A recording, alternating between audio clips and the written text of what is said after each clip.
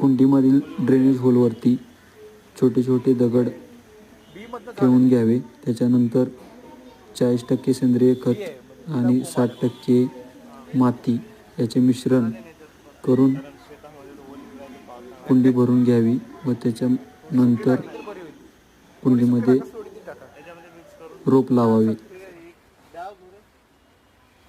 चिकटून नाही राहिला पाहिजे, बाकी काही नाही. सुक्या त्याच्यामध्ये मिक्स करायला काही नाही, खत मिक्स नाही आहे त्याच्यामध्ये. खत मिक्स नाही.